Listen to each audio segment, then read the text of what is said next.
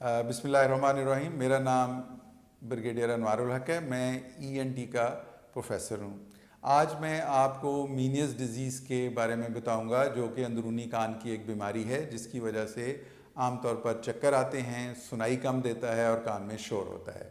ये बीमारी उम्र के किसी भी हिस्से में हो सकती है, लेकिन आम तौर पर ये उधेड़ उम्र लोगों में और नौजवान लोगों में शुरू होती है और फिर उसके बाद ये आम तौर पर चलती रहती है। ये बीमारी आम तौर पर ज़्यादा देर तक रहती है और इलाज से इसकी अलामत को कम किया जा सकता है, लेकिन ये एक इंसान की ज़िंदगी को बहुत बुरी तरीके से मुतासिर करती है।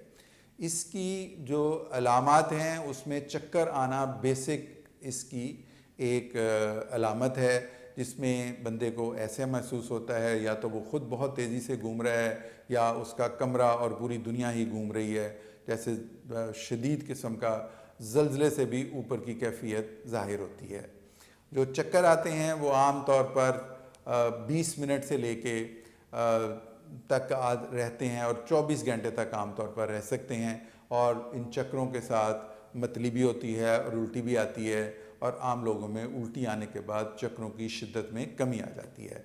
मीनियर्स एक ऐसी बीमारी है जिसमें सुनाई कम देता है और सुनने की सलाहियत भी कम हो जाती है, और लेकिन ये जो सुनने की सलाहियत कम होती है ये आम तौर पर ज़्यादातर वक्ती होती है और उसके बाद कुछ ना कुछ बीच में बेहतरी आ जाती है।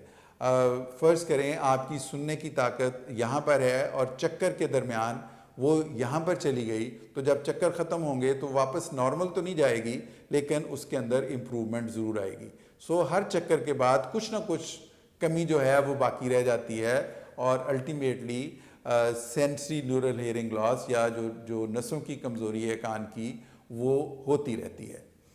तो मीनियस डिज़ीज़ में 200 चक्कर आते हैं, सुनाई कम देता है, और तीसरी अलामत इसकी ये है कि कानों में मुख्तलिफ़ किस्म की आवाज़ें आती हैं, जिनमें घंटियों का बजना, शोर की आवाज़, दहाड़ने की आवाज़, पत्तों के सरसराने की आवाज़, सीटी की आवाज़ या किसी भी किस्म की हवा तेज़ चलने की आवाज़ आती है।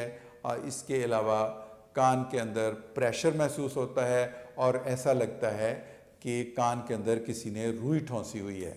अब हम इसकी वजह की तरफ आते हैं कि कान के जो अंदरूनी हिस्सा होता है उसमें दो तरह के पानी होते हैं, एक को हम पेरिलिम्फ कहते हैं और एक को एंडोलिम्फ कहते हैं। और इस बीमारी में वो जो एंडोलिम्फ पानी होता है उसके अंदर प्रेशर बढ़ जाता है, और वो जो झिल्लियाँ जिसके अंदर पानी होता है वो अगर ऐसे होती हैं तो फूल के ऐसे हो जाती हैं और कई दफ़ा इवन फट भी सकती हैं। तो अब प्रेशर बन क्यों ज़्यादा जाता है? जो पानी एंडोलिम्फ होता है वो मुस्तकिल तौर पर बनता रहता है और जज़ब होता रहता है, या तो उसका बनने की मिकदार ज़्यादा हो जाती है वक्ती तौर पे, और या उसके जज़ब होने की मिकदार कम हो जाती है। तो दोनों सूरतों में उसकी क्वांटिटी बढ़ जाती है, स्पेस लिमिटेड होती है, तो उस स्पेस में प्रेशर बढ़ जाता है। इसकी एक्चुअल वजह तो बिल्कुल मालूम नहीं है, लेकिन इसके इम्कानात सर को चोट लगने, कान की इन्फेक्शन होने, एलर्जी और स्ट्रेस में ज़्यादा होते हैं। इसके अलावा सिगरेट नोशी